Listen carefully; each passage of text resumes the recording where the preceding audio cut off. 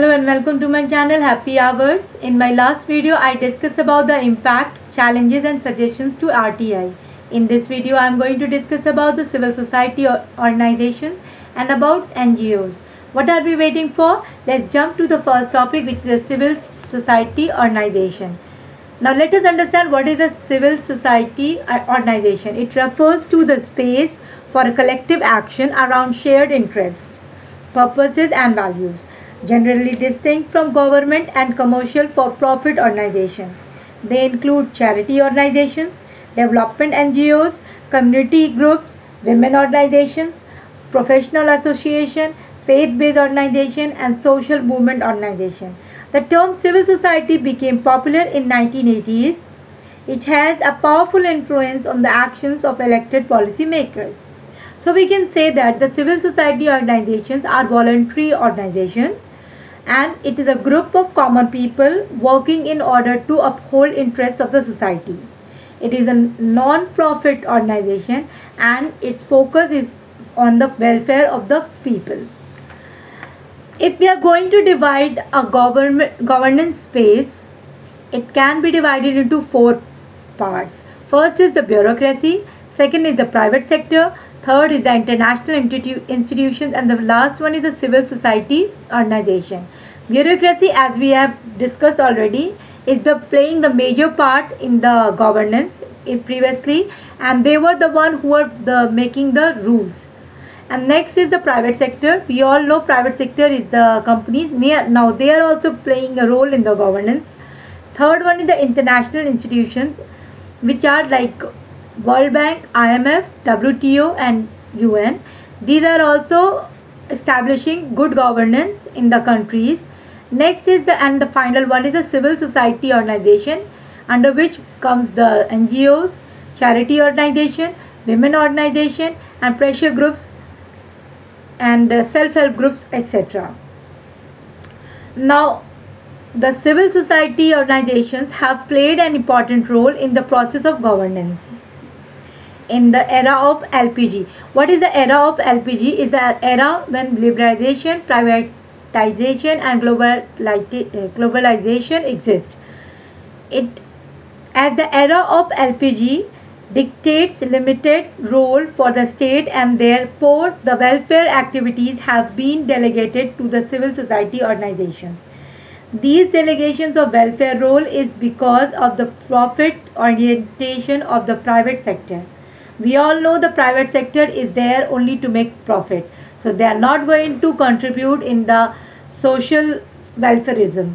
That's why the civil society organizations played a very important role in the good governance. Now let us understand about the NGOs.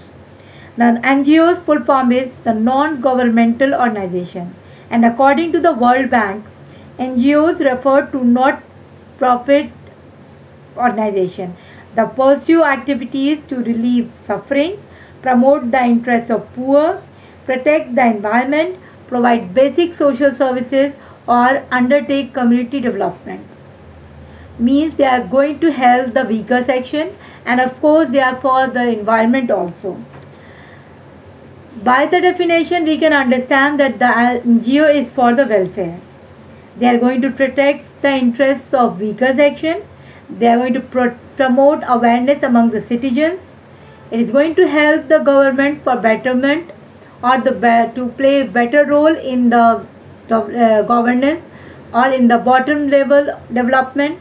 They work in the diverse fields and they help in sustainable development. We can summarize it as these organizations are not the part of government and they are legally registered under the Societies Registration Act in India. They work in the diverse fields also. If we have to understand the NGOs, we have to understand how they were evolved. In India, it was evolved in two phases.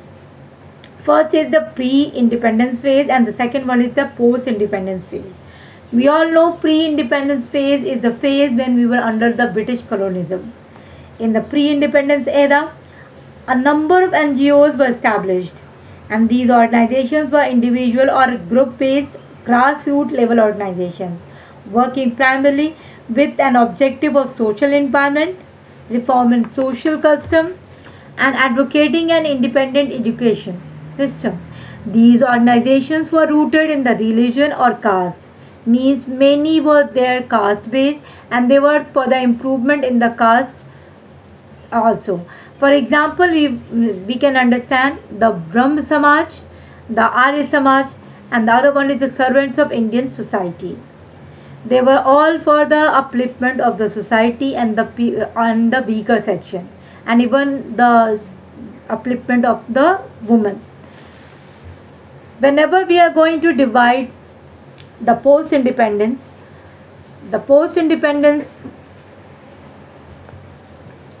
NGOs were divided into three eras. First is the 1940 to 60, then the 1960 to 90, and the last one is the post 1991, means the era of LPG. Now I am going to discuss each one by one. If we are going to understand 1940 to 1960, what happened? The very first thing happened, which was the we achieved the independence.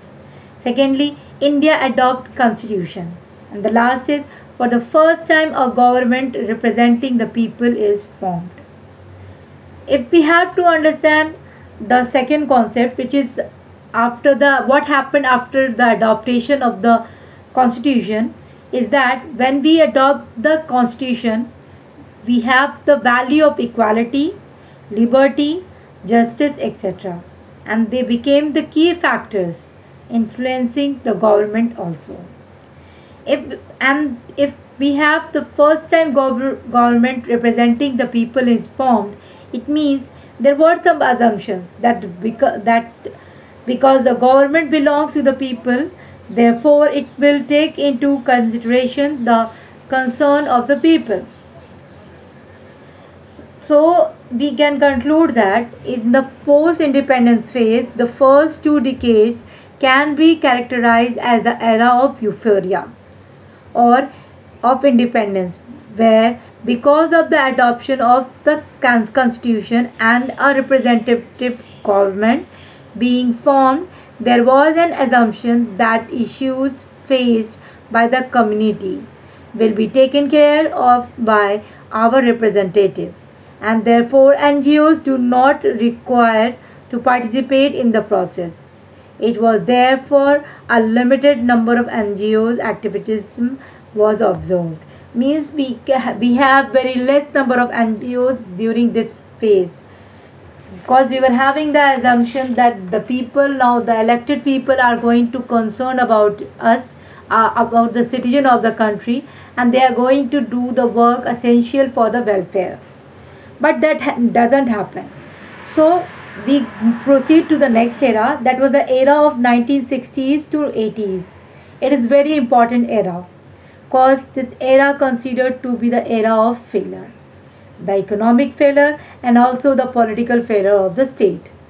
The reason for the economic failure was that there were two reasons. First was the wars which we fought in the year 1962 with China, 1965 and 1971 with Pakistan. There was second reason, and that was the food shortages in 1960s, and a famine also struck in this period. This resulted into PL 480 program. It was a program of US, and they started exporting food grains. They started that we are going to give food to India, but they decided that they are going to distribute period by period, and this leads to the failure of this program. So we tilted towards the USSR, and also which resulted into Green Revolution. Secondly, we were having a political crisis. How? Then because we were having a national emergency in the year 1976, and we were having another problem, and that was a split of Congress party in late 1960s, which was I think approximately 1969. So we can proceed like this. Then in the 1960s onward was classified as an era of failure, as the state failed to provide economic development. There was no development in this era. The examples of food grain shortage in 1960s, the balance of payment crisis in the 1980s, also the multiple wars in 1962, 1965 and 1971, as I have mentioned earlier, had imposed a considerable financial burden on the state. The 1970s was also politically important, as the fourth general election resulted into the regional political parties emerging as a key player. The imposition of national emergency and the emergence of competitive politics gave rise to the negative political features such as centralization of political parties or political power, we can say, or criminalization of politics. That is, criminals started entering the parliament and the state legislature by contesting election. Rise in political defections like the Ayaram Gayaram culture. The communalization of politics. This resulted into the transformation of political culture of India from service orientation to the power orientation political culture. This had a great impact on the emergence of a number of NGOs because the youth decided to move away from the mainstream political process and looking at NGOs as an alternative to political parties to save the society. Now I'm going to discuss about the last era, which was after 1991, which was the era of LPG. India adopted a new economic policy, and the objective was the state minimalization, means the role of state is limited and the performance is also limited. Minimum government but maximum governance, means less participation from the state, or we can say the bureaucracy, and more relegation of function to the private sector. Why to the private sector? Because the private sector, they can work efficiently and they are going to have increase the production, or we can say they are better service, they are going to provide better services. Now, what was the role of NGOs in the era of LPG? Now the LPG become the mediators and the managers of welfare functions, because the private sector works only for the profit motive. As I have already mentioned, the private sector, the only motto for them is to earn profit. And now what happened? The government uses the NGOs as the mediators and the managers. They were used for the better implementation of welfare. So we can say that the NGOs, they started playing important role in the governance, and even the government was dependent on it, as they have to raise the private sector also. They have to give the private sector an important role, but they were not relying on them because they were not having the motto or motive to give profit or to share the profit with the society, or to play a role in the welfare. So the NGOs were being asked by the government to become the mediator in between the society and the government, and even in between the private sector.